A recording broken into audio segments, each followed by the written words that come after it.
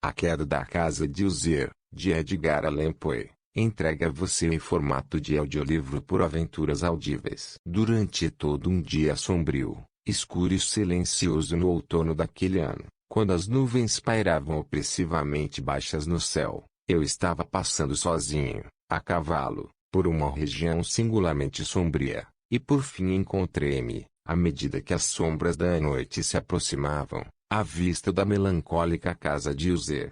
Não sei como foi, mas, com o primeiro vislumbre do edifício, uma sensação de tristeza insuportável invadiu meu espírito. Eu digo insuportável, pois o sentimento não foi aliviado por nenhum daqueles sentimentos meio prazerosos, porque poéticos, com os quais a mente geralmente recebe até mesmo as imagens naturais mais severas do desolado ou terrível. Olhei para a cena diante de mim, para a simples casa e para as características simples da paisagem do domínio, para as paredes desoladas, para as janelas vazias em forma de olhos, para alguns juncos, e para alguns troncos brancos de árvores podres, com uma depressão total da alma que não posso comparar melhor com nenhuma sensação terrena do que com o sonho posterior do folião sobre o ópio, o amargo lapso na vida cotidiana, a horrível queda do véu. Havia uma frieza, um afundamento, um enjoo no coração, uma tristeza irredimível de pensamento que nenhum estímulo da imaginação poderia torturar até chegar ao sublime. O que foi isso? Parei para pensar, o que foi que me enervou tanto na contemplação da casa de Usher? Era um mistério totalmente insolúvel, nem consegui lidar com as fantasias sombrias que se apoderaram de mim enquanto eu ponderava. Fui forçado a recorrer à conclusão insatisfatória de que, embora, sem dúvida, existam combinações de objetos naturais muito simples que têm o poder de nos afetar, ainda assim a análise desse poder reside entre considerações além da nossa profundidade. Era possível, refleti, que um mero arranjo diferente dos detalhes da cena, dos detalhes do quadro, fosse suficiente para modificar, ou talvez para aniquilar, sua capacidade de impressão dolorosa, e, agindo de acordo com essa ideia, puxei as rédeas do meu cavalo até a beira íngreme de um lago negro e sinistro que jazia com um brilho imperturbável ao lado da residência, e olhei para baixo, mas com um estremecimento ainda mais emocionante do que antes, para as imagens remodeladas e invertidas do junco cinzento, e dos caules horríveis das árvores, e das janelas vazias e parecidas com olhos. No entanto, nesta mansão sombria, propus-me agora uma estada de algumas semanas. Seu proprietário, Roderick Usher, foi um dos meus companheiros de infância, mas muitos anos se passaram desde nosso último encontro. Uma carta, porém, havia chegado recentemente a mim, numa parte distante do país, uma carta dele, que, em sua natureza extremamente importuna, não admitia outra coisa senão uma resposta pessoal. O miss deu evidência de agitação nervosa. O escritor falou de uma doença corporal aguda, de um distúrbio mental que o oprimia, e de um desejo sincero de me ver como seu melhor e, na verdade, seu único amigo pessoal, com o objetivo de tentar, pela alegria de minha sociedade, algum alívio de sua doença. Foi a maneira como tudo isso, e muito mais, foi dito, foi a aparente sinceridade que acompanhou seu pedido, que não me deixou espaço para hesitação, e, portanto, obedeci imediatamente ao que ainda considerava uma convocação muito singular. Embora, quando meninos, tivéssemos sido amigos íntimos, eu realmente conhecia pouco do meu amigo. A sua reserva sempre foi excessiva e habitual. Eu estava ciente, porém, de que sua família muito antiga se destacava, desde tempos imemoriais, por uma peculiar sensibilidade de temperamento, manifestando-se, ao longo dos tempos, em muitas obras de arte exaltada, e manifestada, ultimamente, em repetidos feitos de caridade generosa mas discreta, bem como numa devoção apaixonada às complexidades, talvez até mais do que as belezas ortodoxas e facilmente reconhecíveis, da ciência musical. Eu também aprendera o fato notável de que o tronco da raça User, por mais consagrado que fosse, não havia produzido, em nenhum período, qualquer ramo duradouro. Em outras palavras, que toda a família estava na linha direta de descendência, e sempre, com variações muito insignificantes e muito temporárias, assim estava. Era essa deficiência, pensei, enquanto refletia sobre a perfeita manutenção do caráter das instalações com o caráter credenciado do povo, e enquanto especulava sobre a possível influência que aquele, no longo lapso de séculos, poderia ter exercido sobre o outro. Foi essa deficiência, talvez, de questão colateral, e a consequente transmissão ininterrupta, de pai para filho, do patrimônio com o nome, que, por fim, identificou os dois de tal forma que fundiu o título original da propriedade sob a denominação singular e equívoca de Casa de User, uma denominação que parecia incluir, na mente dos camponeses que utilizavam, tanto a família como a mansão da família. Eu disse que o único efeito da minha experiência um tanto infantil, a de olhar para dentro do lago, foi aprofundar a primeira impressão singular. Não pode haver dúvida de que a consciência do rápido aumento da minha superstição, pois por que não deveria denominá-la assim, serviu principalmente para acelerar o próprio aumento. Essa, há muito sei, é a lei paradoxal de todos os sentimentos que têm o terror como base. E pode ter sido apenas por esta razão que, quando ergui novamente os olhos para a própria casa, a partir de sua imagem na piscina, surgiu em minha mente uma fantasia estranha, uma fantasia tão ridícula, na verdade, que apenas menciono para mostrar a força vívida das sensações que me oprimiam. Eu havia trabalhado tanto em minha imaginação que realmente acreditei que em toda a mansão e domínio pairava uma atmosfera peculiar a eles e à sua vizinhança imediata, uma atmosfera que não tinha nenhuma afinidade com o ar do céu, mas que exalava do ambiente decadente. Árvores, e a parede cinzenta, e o lago silencioso, um vapor pestilento e místico, opaco, lento, vagamente discernível e de cor de chumbo. Afastando do meu espírito o que devia ter sido um sonho, examinei mais detalhadamente o aspecto real do edifício. Sua principal característica parecia ser a de uma antiguidade excessiva.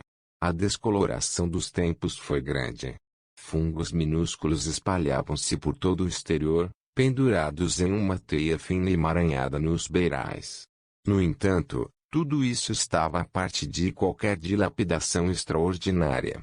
Nenhuma parte da alvenaria caiu, e parecia haver uma grande inconsistência entre a adaptação ainda perfeita das peças e o estado de desintegração das pedras individuais.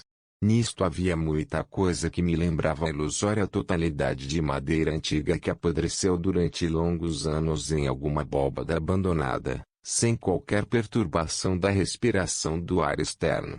Além desta indicação de extensa decadência, porém, o tecido deu poucos sinais de instabilidade.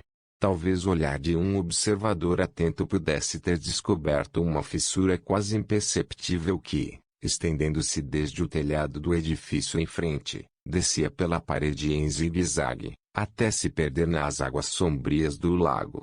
Percebendo essas coisas, percorri uma pequena estrada até chegar em casa. Um criado que estava à espera pegou meu cavalo e entrei no arco gótico do salão. Um criado, de passo furtivo, conduziu-me de lá, em silêncio, por muitas passagens escuras intrincadas em meu progresso até o estúdio de seu mestre. Muito do que encontrei no caminho contribuiu, não sei como, para intensificar os sentimentos vagos de que já falei. Enquanto os objetos ao meu redor, enquanto as esculturas dos tetos, as sombrias tapeçarias das paredes, a escuridão do ébano dos pisos e os fantasmagóricos troféus heráldicos que chacoalhavam enquanto eu caminhava, eram apenas assuntos para os quais, ou para tais como os quais, eu estava acostumado desde a infância, embora hesitasse em não reconhecer o quanto tudo isso era familiar. Ainda me perguntava quão estranhas eram as fantasias que as imagens comuns despertavam. Numa das escadas encontrei o médico da família. Seu semblante, pensei, Exibiu uma expressão mesclada de astúcia e perplexidade. Ele me abordou com apreensão e seguiu em frente.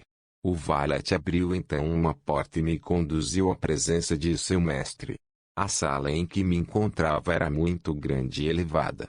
As janelas eram compridas, estreitas e pontiagudas, e estavam tão distantes do chão de carvalho negro que eram totalmente inacessíveis por dentro.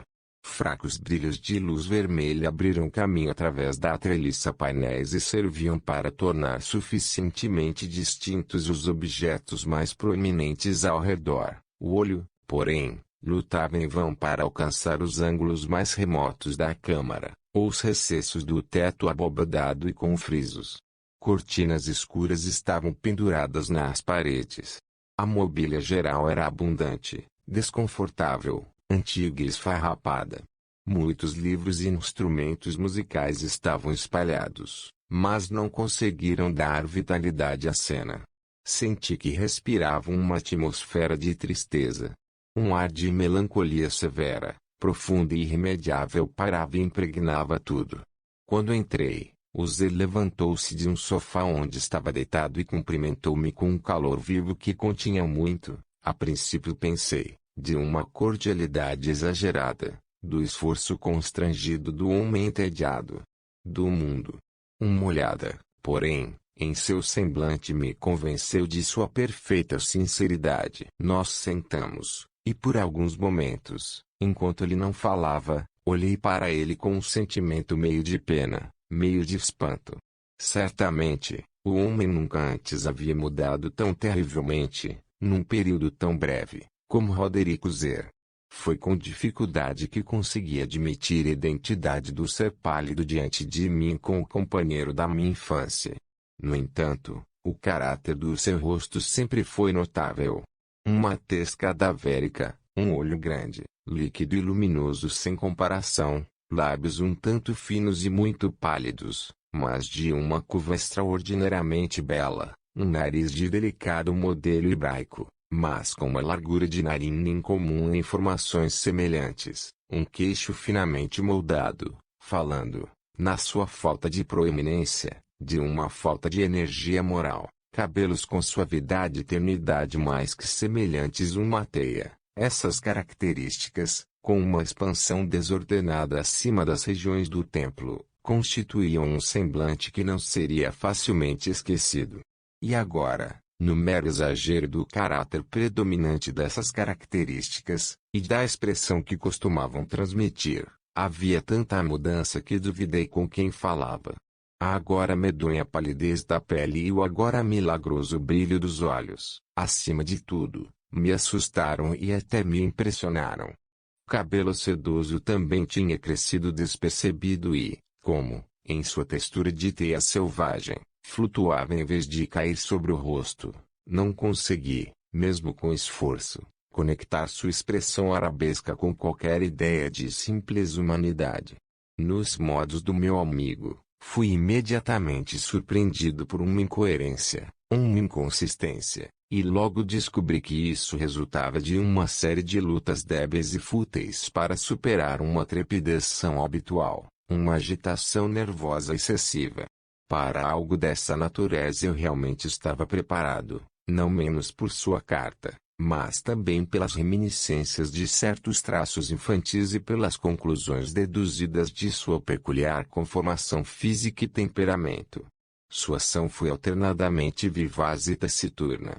Sua voz variou rapidamente de uma indecisão trêmula, quando os espíritos animais pareciam totalmente suspensos, para aquela espécie de concisão enérgica, aquela enunciação abrupta, pesada, sem prece de soco, aquela expressão gutural pesada, autoequilibrada e perfeitamente modulada, o que pôde ser observado no bêbado perdido, ou no irrecuperável comedor de ópio, durante os períodos de sua excitação mais intensa.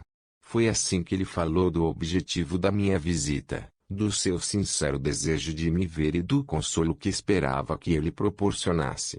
Ele entrou, com certa profundidade, no que considerava ser a natureza de sua doença. Era, disse ele, um mal constitucional e familiar, e para o qual ele desesperava encontrar um remédio, uma mera afecção nervosa, acrescentou imediatamente, que sem dúvida logo passaria. Ele se manifestou em uma série de sensações não naturais. Algumas delas, conforme ele as detalhou, interessaram-me e confundiram-me, embora, talvez, os termos e a maneira geral da narração tivessem seu peso. Ele sofria muito com uma mórbida agudeza dos sentidos. A comida mais insípida era a única suportável. Ele só podia usar roupas de certa textura. Os odores de todas as flores eram opressivos. Seus olhos eram torturados até mesmo por uma luz fraca. E havia apenas sons peculiares, vindos de instrumentos de cordas, que não inspiraram horror. Para uma espécie anômala de terror, encontrei-o como um escravo vinculado. Eu perecerei, disse ele, devo perecer nesta deplorável loucura. Assim, e não de outra forma, estarei perdido. Temos os acontecimentos do futuro, não em si mesmos, mas nos seus resultados. Estremeço ao pensar em qualquer incidente, mesmo mais trivial, que possa afetar essa intolerável agitação da alma. Na verdade, não tenho aversão ao perigo, exceto em seu efeito absoluto, o terror. Nesta condição de nervosismo, nesta condição lamentável, sinto que chegará mais cedo ou mais tarde o período em que terei de abandonar a vida e a razão juntas, em alguma luta com o fantasma sombrio, o medo. Além disso, aprendi, em intervalos e através de sugestões quebradas e equívocas, outra característica singular de sua condição mental. Ele estava acorrentado por certas impressões supersticiosas em relação à habitação que alugava, e de onde, por muitos anos, ele nunca se aventurou a sair, em relação a uma influência cuja força suposta foi transmitida em termos muito obscuros aqui para serem reafirmados, uma influência que algumas peculiaridades da mera forma e substância da mansão de sua família tiveram, a força de um longo sofrimento, disse ele, obtida sobre o seu espírito, um efeito que o físico das paredes e torres cinzentas e da escuridão escura transformam em que todos desprezavam, finalmente provocou o moral de sua existência. Ele admitiu, no entanto, embora com hesitação, que grande parte da tristeza peculiar que assim o afligia poderia ser atribuída a uma origem mais natural e muito mais palpável, a doença grave e prolongada, na verdade, a dissolução evidentemente próxima, de uma irmã ternamente amada, sua única companheira por longos anos, seu último e único parente na terra. A morte dela, disse ele, com uma amargura que nunca esquecerei, deixaria dele, ele, o desesperado e o frágil, o último da antiga raça dos Uzer. Enquanto ele falava, a senhora Madeline, como era chamada, passou lentamente por uma parte remota do apartamento e, sem ter notado minha presença, desapareceu. Olhei para ela com um espanto total, não isento de pavor, e ainda assim achei impossível explicar tais sentimentos. Uma sensação de estupor me oprimiu, enquanto meus olhos seguiam seus passos em retirada. Quando uma porta finalmente se fechou sobre ela, meu olhar procurou instintivo e ansiosamente o semblante do irmão, mas ele havia enterrado o rosto nas mãos, e eu só pude perceber que uma palidez muito mais do que comum havia se espalhado pelos dedos emaciados, através do qual escorreram muitas lágrimas apaixonadas. A doença de Lady Madeline muito confundia a habilidade dos seus médicos. Uma apatia estabelecida, um enfraquecimento gradual da pessoa e afecções frequentes, embora transitórias, de caráter parcialmente cataléptico, eram um diagnóstico incomum. Até então ela havia resistido firmemente à pressão de sua doença e não havia finalmente ido para a cama, mas, no final da noite em que cheguei em casa, ela sucumbiu, como seu irmão me disse à noite com agitação inexprimível, ao poder prostrado do destruidor, e aprendi que o vislumbre que obtive de sua pessoa seria provavelmente o último que obteria, que a senhora, pelo menos enquanto vivesse, não seria mais vista por mim. Durante vários dias, o nome dela não foi mencionado nem por Uzer nem por mim, E durante esse período estive ocupado em esforços sérios para aliviar a melancolia de meu amigo. Pintamos e lemos juntos, ou ouvia, como num sonho, as improvisações selvagens de seu violão falante. E assim, à medida que uma intimidade cada vez mais próxima me admitia sem reservas nos recônditos de seu espírito, mais amargamente eu percebi a futilidade de toda tentativa de animar uma mente da qual a escuridão, como se uma qualidade positiva inerente, se derramasse sobre mim. Todos os objetos do universo moral e físico, em uma incessante radiação de escuridão. Terei sempre comigo a lembrança das muitas horas solenes que passei sozinho com o mestre da casa de Uzer. No entanto, eu falharia em qualquer tentativa de transmitir uma ideia do caráter exato dos estudos, ou das ocupações, nas quais ele me envolveu ou me guiou. Uma idealidade citada e altamente destemperada lançou um brilho sulfuroso geral. Suas longas canções improvisadas soarão para sempre em meus ouvidos.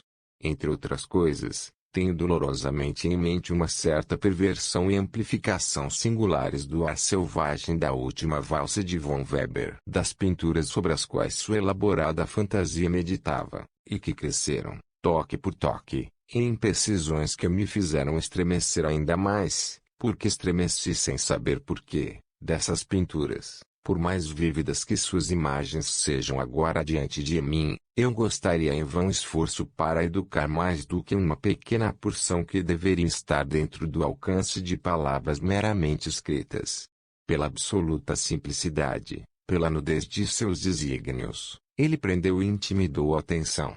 Se algum mortal pintou uma ideia, esse mortal foi Roderick Uzer. Para mim, pelo menos, nas circunstâncias que então me cercavam, surgiu das puras abstrações que o hipocondríaco conseguiu lançar sobre sua tela, uma intensidade de temor intolerável, cuja sombra nunca senti na contemplação dos certamente brilhante ainda devaneios muito concretos de Fuseli.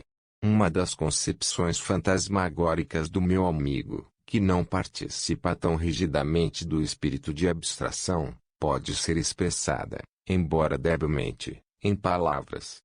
Um pequeno quadro apresentava o interior de uma abóbada ou túnel imensamente longa e retangular, com paredes baixas, lisas, brancas e sem interrupção ou artifício.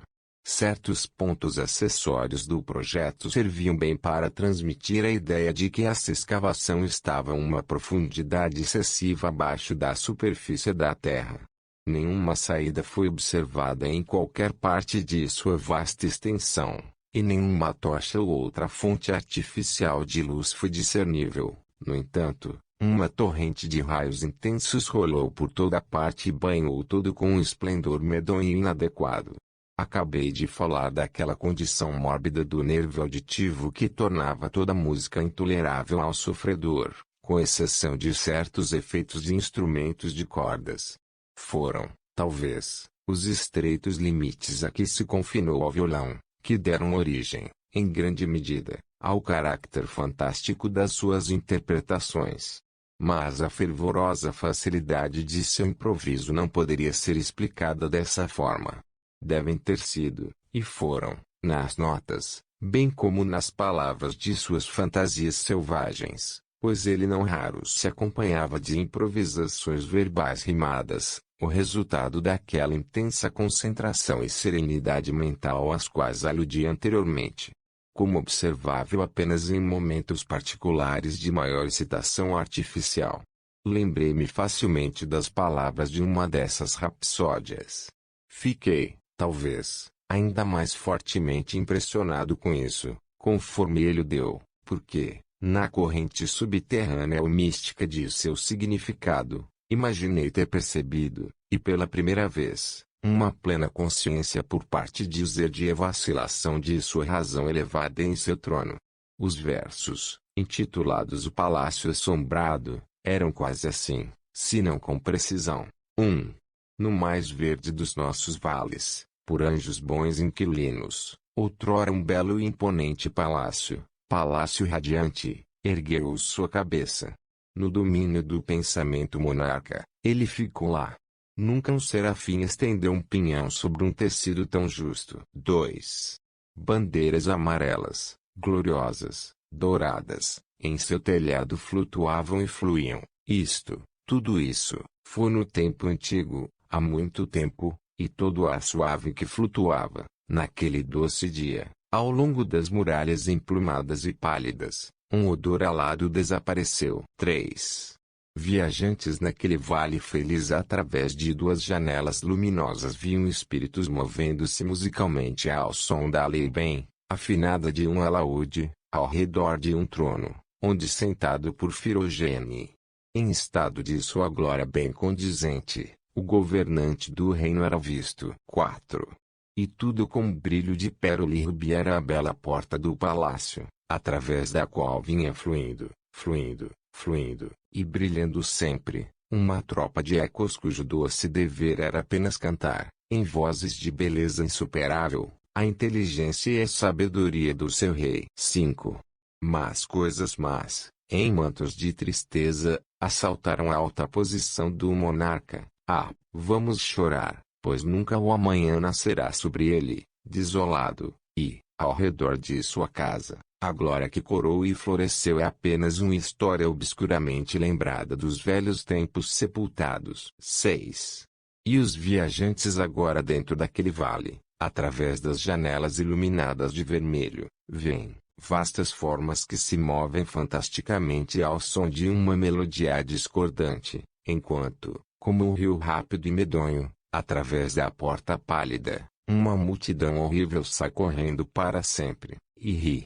Mas não sorria mais. Lembro-me bem de que as sugestões decorrentes desta balada nos levaram a uma linha de pensamento em que se manifestou uma opinião de User, que menciono não tanto por sua novidade, pois outros homens pensaram assim, mas por conta da pertinácia com que manteve.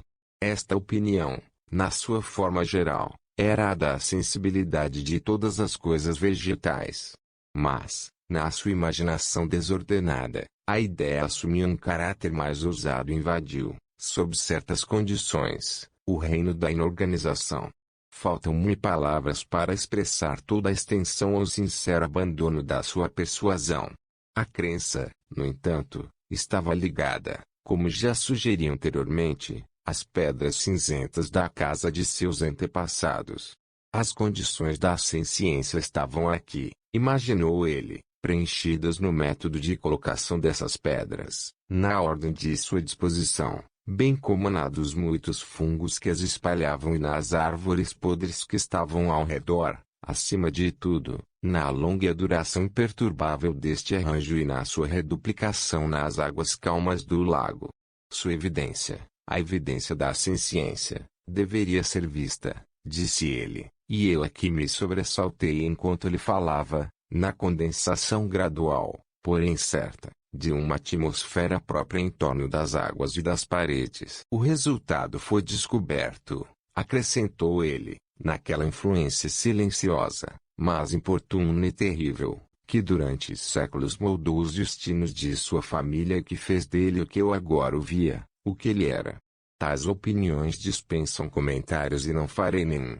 Watson, Dr. Percival, Spallanzani e especialmente o bispo de Llandaff, Verkemi Concise, Vol. V. Nossos livros, os livros que, durante anos, constituíram uma parcela considerável da existência mental do inválido, estavam, como se poderia supor, em estrita conformidade com esse caráter de fantasma. Estudamos juntos obras como Ververte a Chartreuse de Gresset, o Belpegor de Maquiavel, O Céu e o Inferno de Swedenborg, A Viagem Subterrânea de Nicholas Klein, de Oberg, A Quiromancia de Robert Flood, de Jean Dagenet e de La Chambre, A Viagem à Distância Azul de Tieck, e A Cidade do Sol de Campanella. Um volume favorito era uma pequena edição em oitavo do Directorium Inquisitorium, do dominicano Emeric de Gerone, e havia passagens em Pomponius Mela, sobre os antigos sátiros africanos e egipcianos, com as quais User ficava sentado, sonhando, durante horas. Seu maior prazer, porém, foi encontrado na leitura de um livro extremamente raro e curioso em quarto gótico, O manual de uma igreja esquecida, o Vigiliae. Mortorum secundum chorum ecclesiae maguntinai. Não pude deixar de pensar no ritual selvagem deste trabalho, e na sua provável influência sobre o hipocondríaco, quando, uma noite, tendo-me informado abruptamente que a senhora Madeline já não existia, ele declarou a sua intenção de preservar o seu cadáver durante 2 semanas anteriormente ao seu enterro final, numa das numerosas abóbadas das paredes principais do edifício. A razão mundana, contudo, atribuída a este procedimento singular, foi uma que não me senti livre para contestar. O irmão foi levado a essa resolução, assim ele me contou, pela consideração do caráter incomum da doença da falecida, de certas indagações intrusivas e ambiciosas por parte de seus médicos, e da situação remota e exposta do cemitério da família. Não negarei que, quando me lembrei do semblante sinistro da pessoa que encontrei na escada, no dia em que cheguei em casa, não tive vontade de me opor ao que considerava, na melhor das hipóteses, apenas um inofensivo, e de forma alguma uma precaução antinatural. A pedido de Uzier, ajudei-o pessoalmente nos preparativos para o sepultamento temporário. Tendo o corpo sido encaixotado, nós 2 sozinhos o levamos até o descanso. A cripta onde o colocamos, e que estava fechada há tanto tempo que as nossas tochas, meio sufocadas pela sua atmosfera opressiva, nos davam poucas oportunidades de investigação, era pequena, úmida e totalmente sem meios de entrada de luz, deitado, em grande profundidade, imediatamente abaixo daquela parte do prédio onde ficava meu dormitório. Aparentemente, foi usado em tempos feudais remotos, para os piores propósitos de uma torre de homenagem e, em dias posteriores, como local de depósito de pólvora ou alguma outra substância altamente combustível, como parte de seu piso, e todo o interior de um longo arco através do qual chegamos até lá foi cuidadosamente revestido de cobre. A porta, de ferro maciço, também fora protegida de forma semelhante. Seu imenso peso causava um som áspero e incomumente agudo, à medida que se movia sobre as dobradiças. Tendo depositado nosso triste fardo sobre as tranças desta região de horror, desviamos parcialmente a tampa ainda desaparafusada do caixão e olhamos para o rosto do inquilino. Uma notável semelhança entre irmão e irmã chamou minha atenção pela primeira vez, e Uzier, talvez adivinhando meus pensamentos, murmurou algumas palavras pelas quais aprendi que o falecido e ele próprio eram gêmeos e que sempre existiram simpatias de natureza dificilmente inteligível entre eles. Nossos olhares, porém, não pousaram por muito tempo sobre a morta, pois não podíamos considerá-la indiferentes. A doença que assim sepultou a senhora na maturidade da juventude, deixara, como sempre acontece em todas as doenças de caráter estritamente cataléptico, a zombaria de um leve rubor no peito e no rosto, e aquele sorriso suspeito e persistente nos lábios que é tão terrível na morte. Recolocamos e aparafusamos a tampa e, depois de trancar a porta de ferro, dirigimo-nos, com esforço, para os aposentos pouco menos sombrios da parte superior da casa. E agora, depois de decorridos alguns dias de amarga dor, uma mudança observável ocorreu nas características do transtorno mental de meu amigo. Seus modos comuns haviam desaparecido. Suas ocupações comuns foram negligenciadas ou esquecidas. Ele vagava de câmara em câmara com passos apressados, desiguais e sem objetivo. A palidez de seu semblante havia assumido, se possível, um tom mais medonho, mas a luminosidade de seus olhos havia desaparecido completamente. A rouquidão outrora ocasional de seu tom não foi mais ouvida, e um tremor trêmulo, como se fosse de extremo terror, habitualmente caracterizava sua expressão. Houve momentos, de fato, em que pensei que sua mente incessantemente agitada estava trabalhando com algum segredo opressivo, para divulgar o qual ele lutou para obter a coragem necessária. Às vezes, novamente, eu era obrigado a resolver tudo nos meros caprichos inexplicáveis da loucura, pois o via olhando para o vazio por longas horas, numa atitude da mais profunda atenção, como se estivesse ouvindo algum som imaginário. Não era de admirar que a sua condição me aterrorizasse, que me infectasse. Senti tomar conta de mim, em graus lentos, mas certos, as influências selvagens de suas próprias superstições fantásticas, mas impressionantes. Foi, especialmente, ao ir para a cama, tarde da noite, do 7º ou 8º dia após a colocação de Lady Madeline na torre de homenagem, que experimentei todo o poder de tais sentimentos. O sono não chegou perto do meu sofá, enquanto as horas diminuíam e diminuíam. Lutei para me livrar do nervosismo que me dominava. Esforcei-me para acreditar que muito, se não tudo, do que sentia, se devia à influência desconcertante da mobília sombria da sala, das cortinas escuras e esfarrapadas, que, torturadas e colocadas em movimento pelo sopro de uma tempestade crescente, balançavam, agitando-se de um lado para outro nas paredes e farfalhando inquieto nas decorações da cama. Mas meus esforços foram infrutíferos. Um tremor incontrolável gradualmente invadiu meu corpo, e, por fim, pairou sobre meu coração um pesadelo de alarme totalmente sem causa. Sacudindo isso com um suspiro e uma luta, levantei-me sobre os travesseiros e, olhando atentamente para dentro da escuridão intensa da câmara, prestei atenção, não sei porquê, exceto que um espírito instintivo me incitou, a certos sons baixos e indefinidos, que veio, através das pausas da tempestade, em longos intervalos, eu não sabia de onde.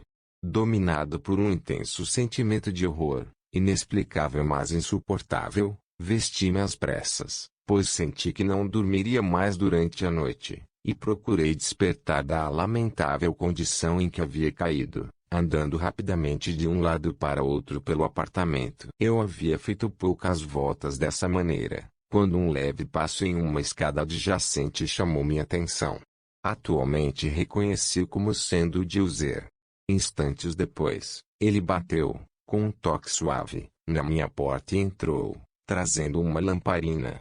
Seu semblante estava, como sempre, cadavericamente pálido, mas, além disso, havia uma espécie de hilaridade louca em seus olhos, uma histeria evidentemente contida em todo o seu comportamento.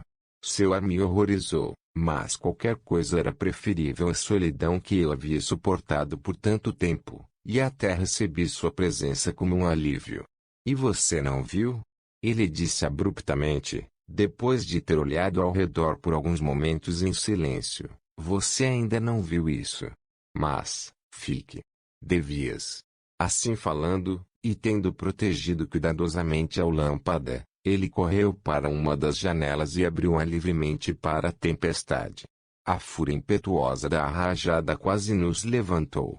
Foi, de fato, uma noite tempestuosa, mas severamente bela, e extremamente singular em seu terror e beleza.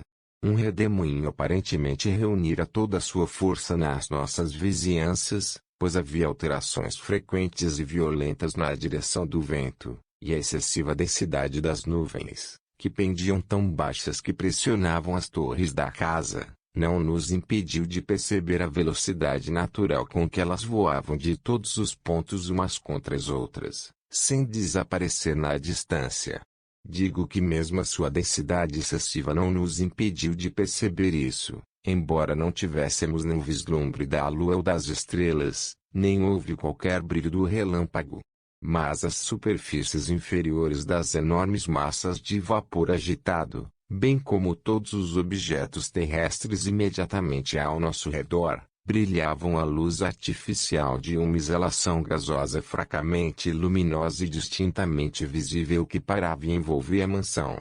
Você não deve ver isso, disse eu, estremecendo, para Uzer, enquanto o conduzia, com uma violência suave, da janela para um assento. Essas aparências, que o confundem, são meramente fenômenos elétricos, nada incomuns. Ou pode ser que tenha sua origem medonha no miasma fétido do Tarn. Vamos fechar esta janela, O ar é gelado e perigoso para o seu corpo. Aqui está um de seus romances favoritos.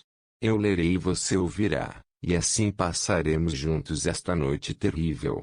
O volume antigo que eu havia pegado era Mar Triste de Sir Lancelot Canning, mas eu chamei de favorito de user mais por uma brincadeira triste do que por sério, pois, na verdade, há pouco em sua prolixidade ilude e sem imaginação que pudesse ter interesse pela idealidade elevada espiritual de meu amigo. Era, no entanto, o único livro imediatamente disponível, e alimentei-me de uma vaga esperança de que a citação que agora agitava o hipocondríaco pudesse encontrar alívio, pois a história dos transtornos mentais está repleta de anomalias semelhantes, mesmo no extremo da loucura que eu deveria ler.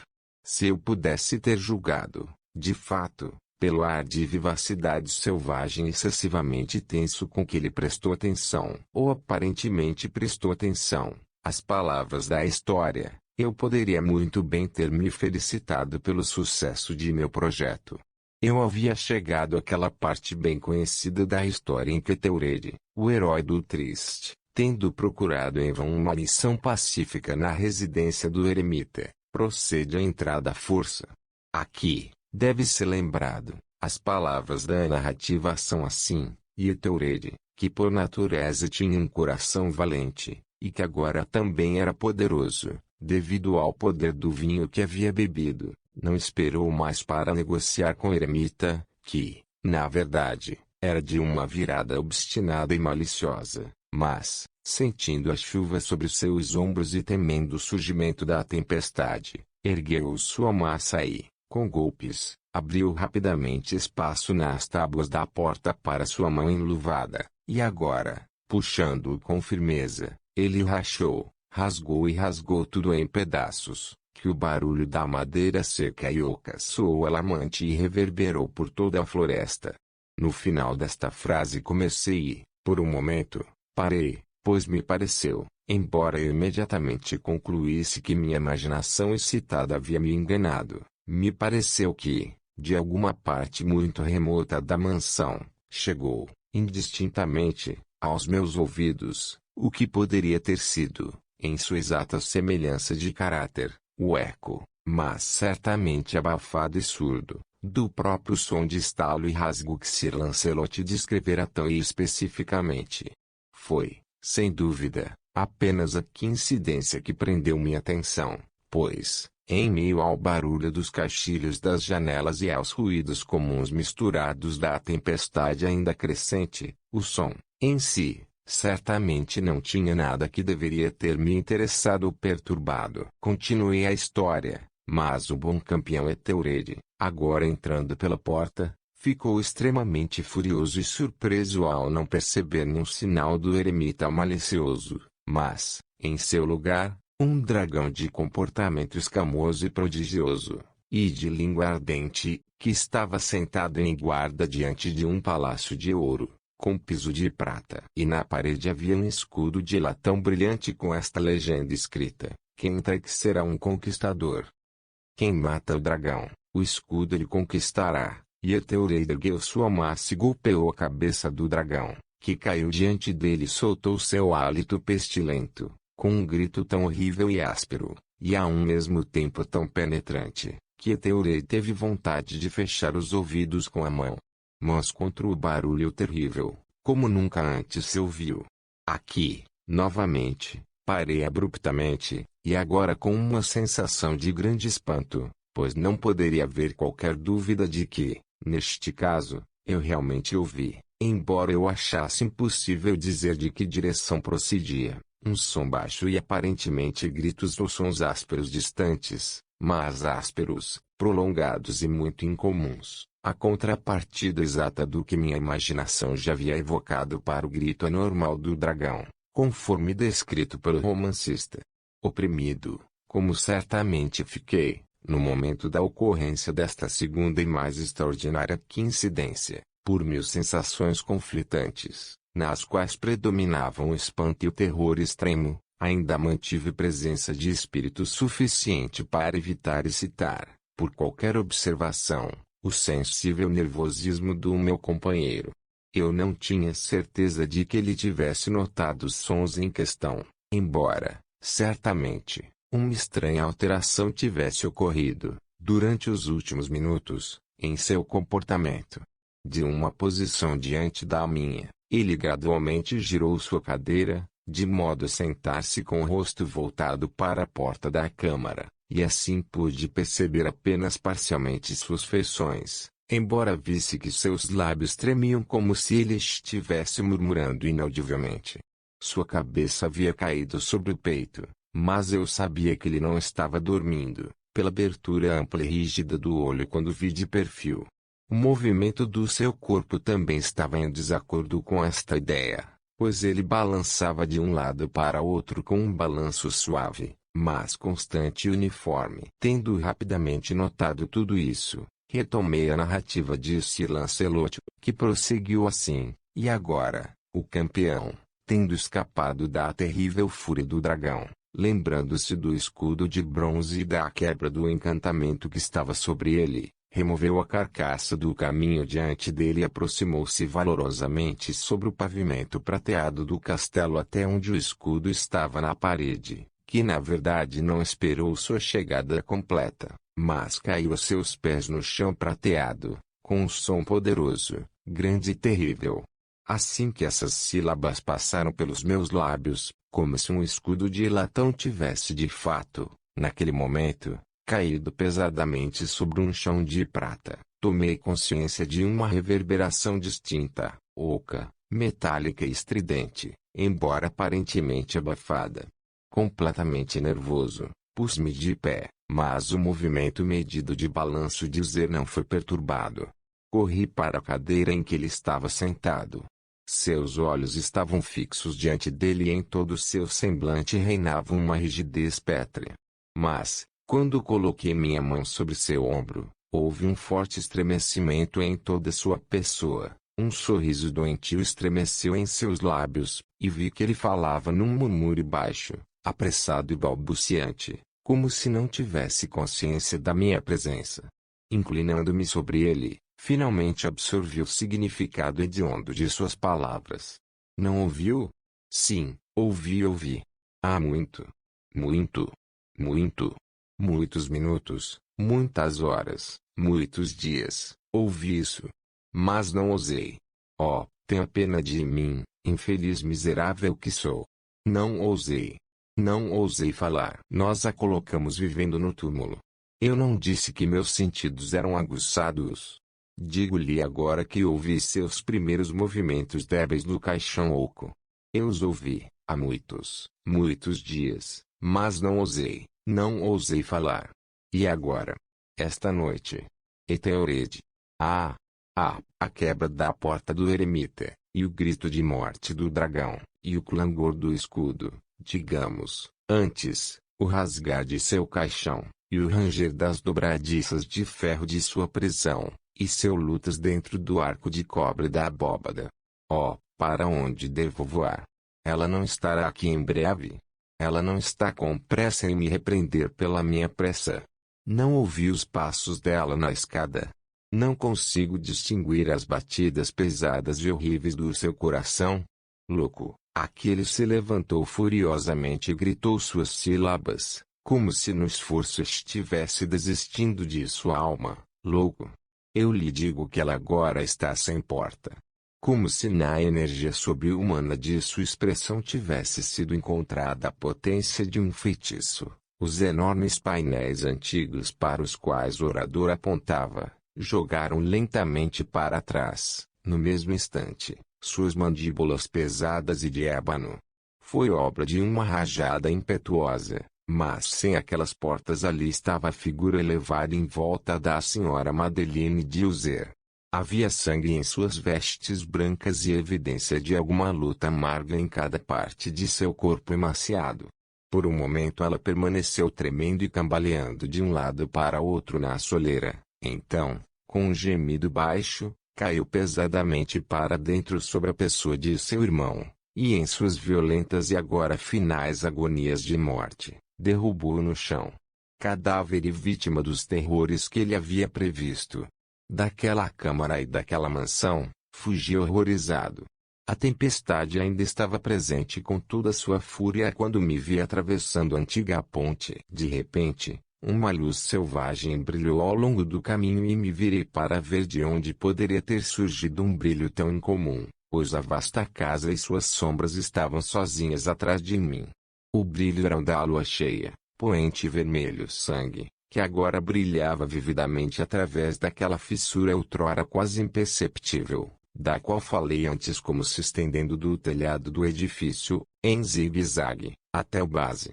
Enquanto eu olhava, essa fissura se alargou rapidamente, ouviu-se um sopro feroz do redemoinho, todo o orbe do satélite explodiu de uma só vez diante dos meus olhos, meu cérebro vacilou quando vi as poderosas paredes se despedaçando. Houve um som longo e tumultuado de gritos como a voz de mil águas, e o lago profundo e úmido aos meus pés fechou-se sombria e silenciosamente sobre os fragmentos da casa de Uzer. O fim. Obrigado por ouvir um audiolivro de aventuras audíveis.